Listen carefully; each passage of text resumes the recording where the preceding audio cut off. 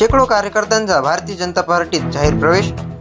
आज परभणी शहरातील राजलक्ष्मी लॉन्स मंगल कार्यालय येथे भाजपा नेते तथा जिंतूर विधानसभाचे माजी आमदार रामप्रसाद बोर्डीकर यांच्या वाढदिवसाच्या निमित्ताने भारतीय जनता पार्टी परभणी जिल्ह्याच्या वतीने भव्य नागरी सत्कार व विविध पक्षातील लोकप्रतिनिधींचा जाहीर पक्ष प्रवेश सोहळा संपन्न झाला।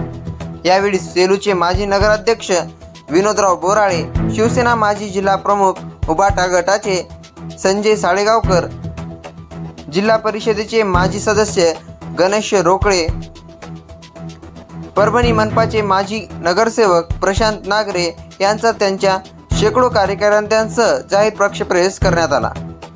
यावेळी परभणी ग्रामीण आणि महानगरच्या वतीने माजी मुख्यमंत्री अशोकराव चव्हाण यांचा सत्कार करण्यात आला, तर माजी आमदार रामप्रसाद बोर्डीकर यांच्या वाढदिवसाच्या निमित्ताने माजी मुख्यमंत्री अशोक चव्हाण यांच्या बोर्डीकर यांचा सत्कार केला।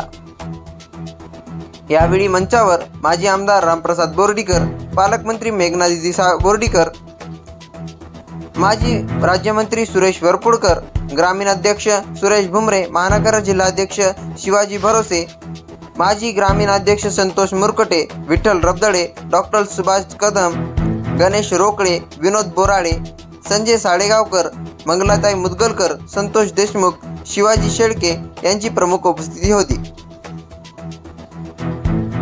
या ठिकाणी आनंदाची गोष्ट आहे की प्रवेश केलेला आहे। प्रवेश करण्यामागचं कारण आपल्याला या ठिकाणी पालकमंत्री लाभलेले आणि त्या आपल्या सामान्य जनतेला, शेतकऱ्यांना, गावातील तालुक्यातील विधानसभा विकास कामासाठी या ठिकाणी त्यांच्या नेतृत्वामध्ये भारतीय जनता पार्टीमध्ये प्रवेश केला। आज आपल्या सोबत आपले किती कार्यकर्त्यांनी आणि किती सरपंच आणि किती ग्रामस्थांनी प्रवेश केलेला आहे? आज माझ्यासोबत जवळपास माझ्या सर्कलचे सरपंच, सोसायटीचे चेअरमन, माजी जिल्हा परिषद सदस्य, माजी पंचायत समिती सदस्य आणि बाकी खेड्यातील मला आमदार वगैरे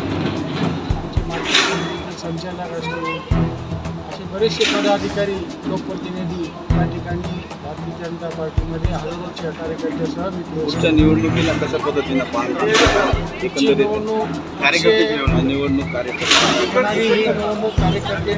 आहे आणि पक्ष जे आदेश देईल त्या ठिकाणी त्या पद्धतीने आम्ही काम करणारा मी एक सामान्य कार्यकर्ता आहे। कोणत्या महत्त्वाची कामं तुमच्या सर्कलमध्ये किंवा तुमच्या राज्यामध्ये बाकी आहेत, जो बॅकलॉग आहे पद्धतीच्या माध्यमातून किंवा कामाच्या माध्यमातून कसं तुम्ही भरून काढणार? तर सर्कलचा पाहायला गेलं तर आपल्याला या ठिकाणी माननीय मंत्री महोदयाचा कारखाना आहे। या कारखान्याला जे शेतकऱ्यांना वर्षापासून उत्पन्न मिळतं असं या ठिकाणी सिंचनाचा भाग बराचसा या ठिकाणी वंचित आहे आणि लगत असलेले तालुक्याला अंतर्गतले जे ग्रामीण रस्ते आहेत ते रस्तेसुद्धा त्या ठिकाणी करणं गरजेचे आहे आणि भविष्यात शेतकऱ्याला या ऊसापासून उत्पन्न जास्त वाढेल, कारण सतत पावसाच्या यामुळं कापूस, सोयाबीन याला सतत दरवर्षी शेतकऱ्यांना त्याला फटका बसत आहे। त्यामुळे ऊसाचे पीक चांगलं या ठिकाणी चान्सेस आहे। बाजूला आळेवा धरण आहे, नदी आहे, बाजूला करपरा नदी आहे, त्यामध्ये शेतकऱ्यांना सिंचनाचा आपण सोर्स तयार करून दिला या ठिकाणी विकास कार्यकर्त्यांना काय आश्वासन देणार?